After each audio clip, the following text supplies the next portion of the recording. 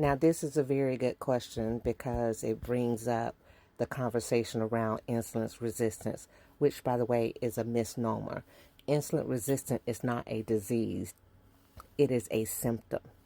So, when you look at why a person is insulin resistant, you get into things like pancreatic function. Is there damage to their pancreas? Is there a hormone imbalance? That's why when you hear people mention things like cortisol, and once they fix their cortisol, then all of a sudden they were no longer insulin resistant. You see people taking a GLP-1 medication, which targets a certain receptor, and all of a sudden they're no longer insulin resistant. You see people balancing their sleep, which also allows the hormones to be produced appropriately. And then there's enzymatic transactions that take place or are not taking place, which are due to a vitamin deficiency, a mineral deficiency. So we, in general, in the U.S. say, oh, they're insulin resistant without getting to the root of the problem, which is also why a lot of different medicine doesn't work for everyone.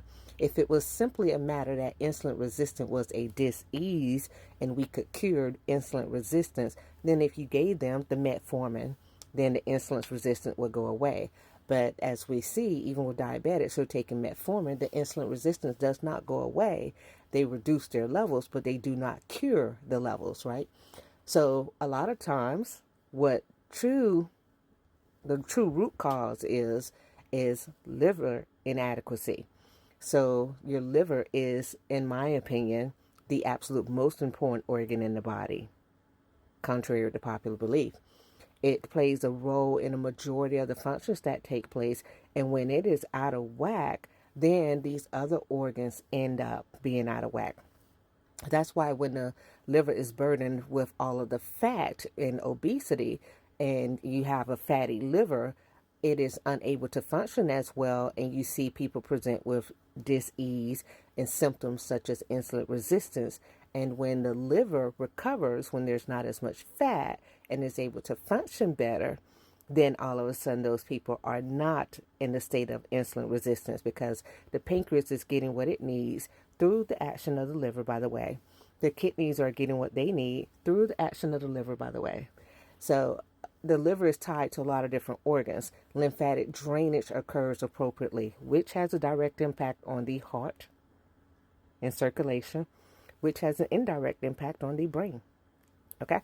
So when you ask this, what tea is good to reverse insulin resistance, you have to get to the root of what is happening. And that's why in my practice, I don't just give people a tea. People go to my site and they buy the teas and they buy it for this reason and that reason.